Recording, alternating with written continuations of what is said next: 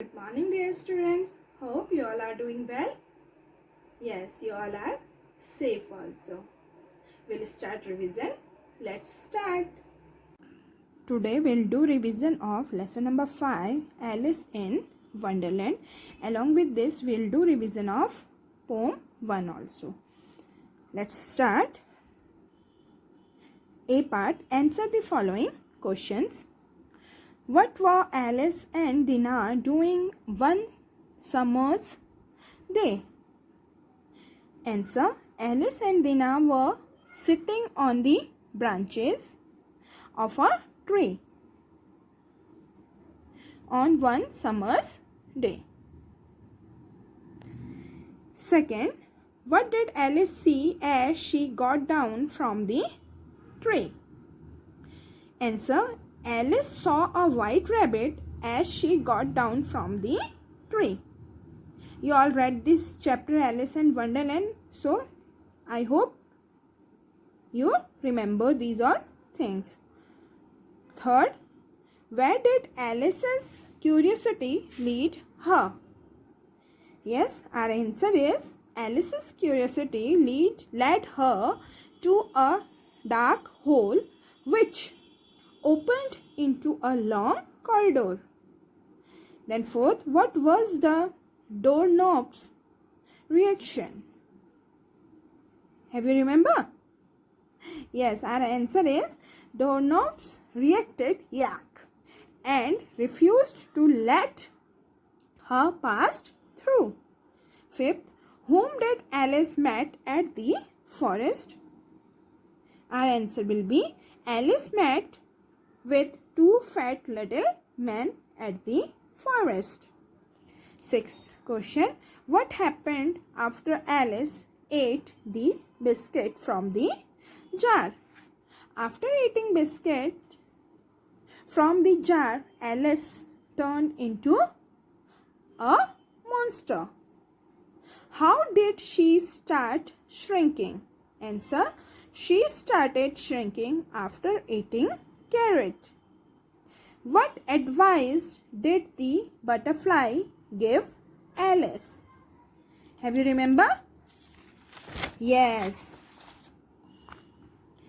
Butterfly advised Alice to, pointing at the mushroom, that you eat it, but one side of this will make you taller. The other side will make you shorter. Now, next question. Who said these to whom? We have some given statements. Now, you have to tell who said these to whom. First, I'm late. I'm late. Who said? Rabbit to himself. He was muttering. Second, how curious. Alice to herself. And who are you? Caterpillar to Alice. And I wish I was a little taller. Alice to Caterpillar. I can help. Butterfly to Alice. A monster. Rabbit to Alice. Now, find the words from the story which mean the same. We have to find the words from the story only for given words. First, hurrying, running. Unusual, strange. Boundary, edge. Puzzled, surprised. Whispering, muttering. To become small, shrink. Running after, chasing. Vanished, disappeared. Now, we'll move towards language structure and we'll write the adjective from the following for the following nouns. We have some nouns over here and we have to write adjective for them. First, abundance. Adjective will be abundant. Significance, significant. Importance, important. Brilliance, brilliant. And the fifth one, absence, and adjective will be absent. Now read these hints and find the people. We have some given hints over here and we have to find out the people. First, someone who cleans. We call cleaner. Someone who teaches. This you all know? Yes, it's teacher. Someone who works somewhere. It's worker. Someone who digs. Digger. Someone who fights. Fighter. Someone who clicks photographs. Yes, photographer. Someone who writes books. Writer or author. Anything you can say. Someone who plays a game. Player. Now, grammatically, underline the adjectives in the following sentences and point out the kinds of each. We have to underline the adjectives and we have to tell the kind of each adjective. So first, the way was long, the weather was cold, and the man was old. Adjective of quality, and long, cold, old. These are adjectives. Second, what time is it? Here, what is adjective? It's interrogative adjective. Third, he spoke a few words in a sad tone. Adjective of number and adjective of quality. Few is adjective of number and sad is adjective of quality. Fourth, I like this small child with bright eyes. Here, small and bright both are adjective and these are adjective of quality. Then fifth, he said the same thing with great emphasis. Here, adjective is great and it's adjective of quality. Now, sixth one, whose pen is this and which book is that? Here, whose and which, these are interrogative adjective. This and that, these are demonstrative adjectives. Seventh, they taught you many things and took much trouble. Here, many adjective of number and much adjective of quantity. We have enough food to feed all the men for a month. Here, enough adjective of quantity and all and a is adjective of number. Now, B, write opposite.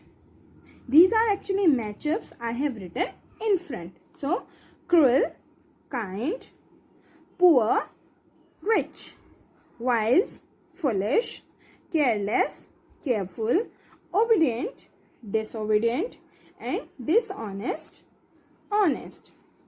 Now, complete the following sentences. For these sentences, we have options also in our book, but I have done in the form of fill-ups. First, for every mother, her child is the best in the world. Second, this dessert is tastier than the one you made yesterday. Means this dessert is much tastier. Third, this has been a memorable year for the school. Memorable. Fourth, my house is farther from school than yours. Now here is comparison, so we'll use farther.